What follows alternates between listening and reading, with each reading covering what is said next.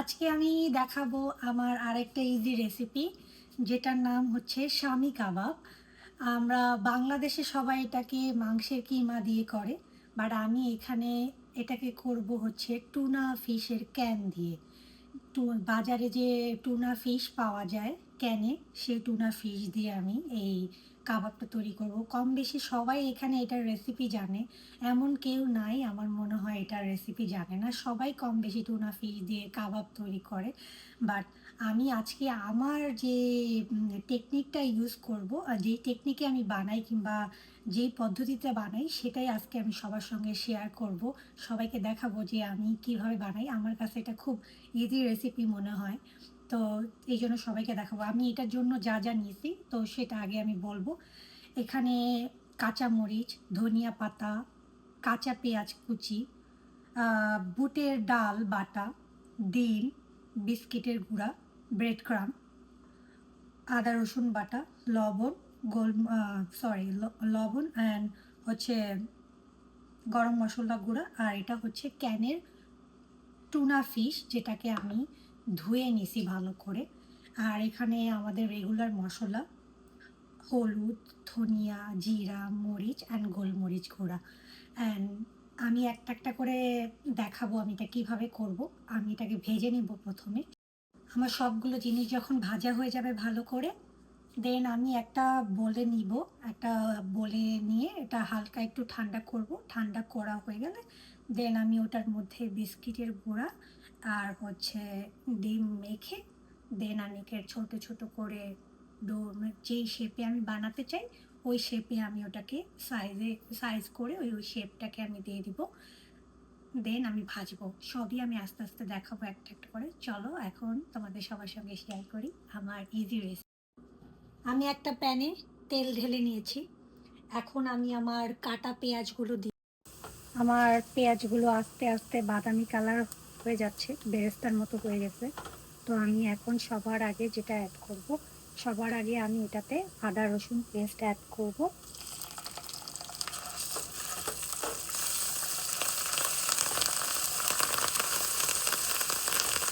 তারপরে আমি একটু সামান্য পানি দিব।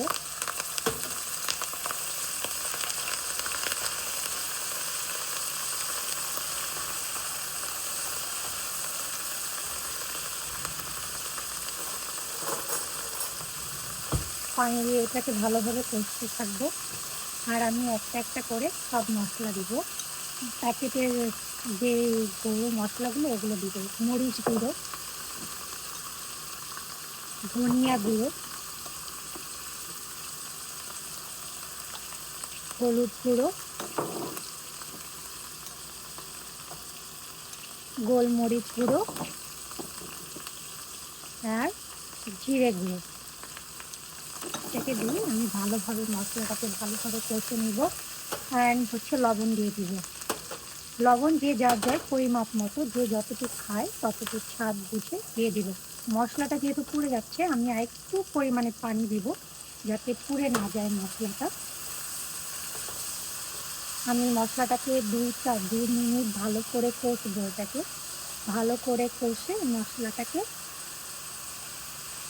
মশলাটাকে যত কষাবো, খাবারটা আমার কাছে মনে হয় তত বেশি স্বাদ স্বাদ আসে। আমি কেন জানি না, আমি যে কোনো খাবারই রান্না করি না কেন, মাছ অথবা মাংস যেটাই রান্না করি, আমার কাছে মনে হয় আমি যে কোনো মশলাটাকে অনেক ভালো মতো কষিয়ে কষিয়ে তারপরে হচ্ছে ওটাকে পানি দিয়ে 2-3 বার দিয়ে তারপরে করি।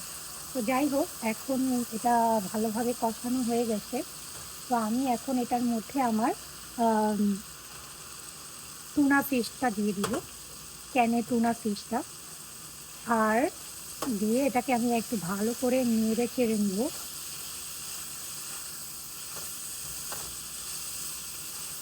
এটাকে একটু ভাজা ভাজা করে নিতে হবে।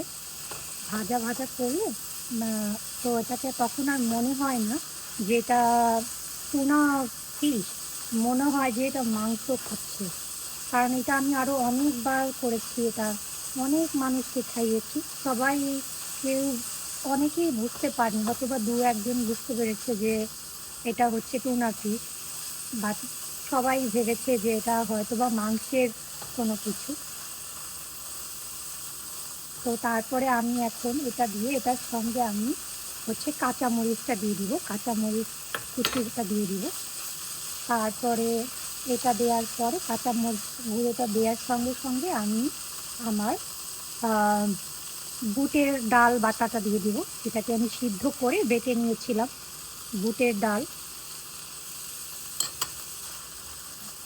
বুটের ডালটাকে দিয়ে এটাকে অনেক কিছু সময় ভালো করে নেড়ে চেড়ে সবটা ভালো করে মিক্স করে নিতে হবে। পুরো পুরো টুনা ফিশটার সঙ্গে ভালো করে মিক্স করে নিতে হবে, যাতে ভালোভাবে মিশে যায় এটার সঙ্গে।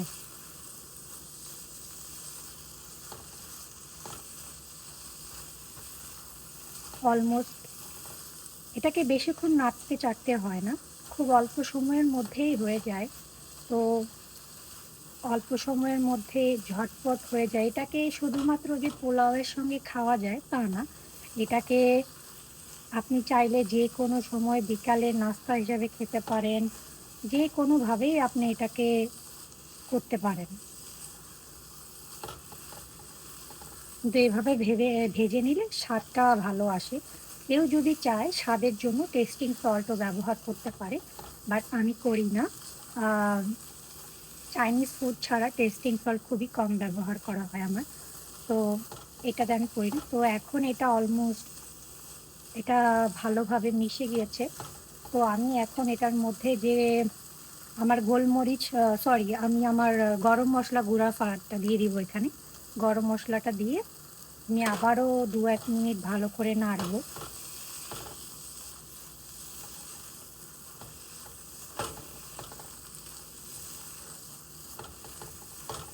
খুব সুন্দর একটা স্মেল বের হয়েছে। গরম মশলাটা দেওয়ার পরে খুব সুন্দর একটা স্মেল আসে। এই যে বললাম, মনে হয় না যে মাংস খাচ্ছি না মাছ খাচ্ছি, টুনা ফিশ খাচ্ছি।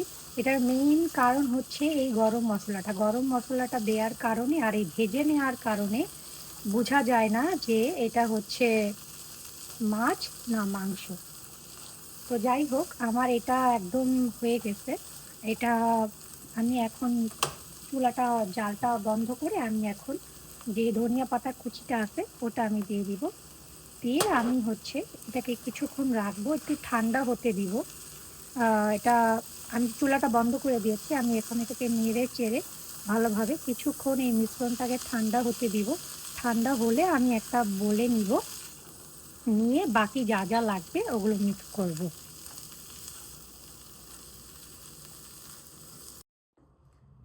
আমি আমার ভাজা টুনা ফিশটা যেটা ভাজলাম প্যানে, ওটা একটা বোলে ঢেলে নিয়েছি।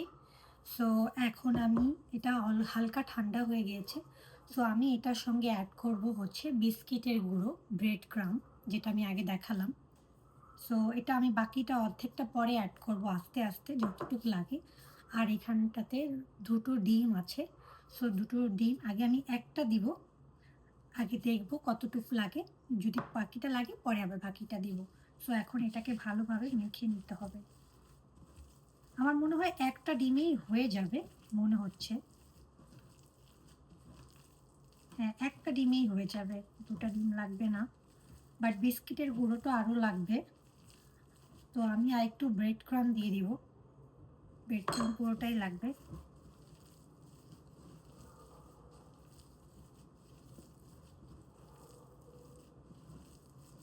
এখন এটাকে ভালোভাবে মেখে, এটার সঙ্গে মেখে ভালোভাবে ছোট ছোট শেপ দিয়ে দেবো। যে যার মতো যেই ধরনের সাইজে করতে চান, যেই শেপে দিতে চান, লম্বা গোল যে যেরকমভাবে চান।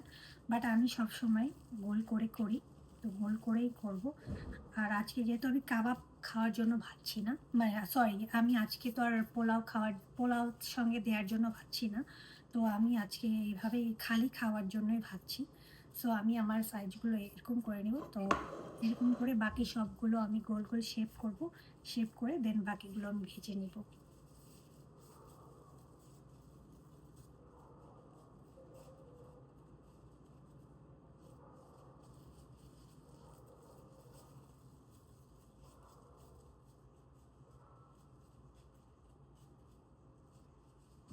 সবগুলো টুনা ফিশের কাবাব বানানো হয়ে গিয়েছে।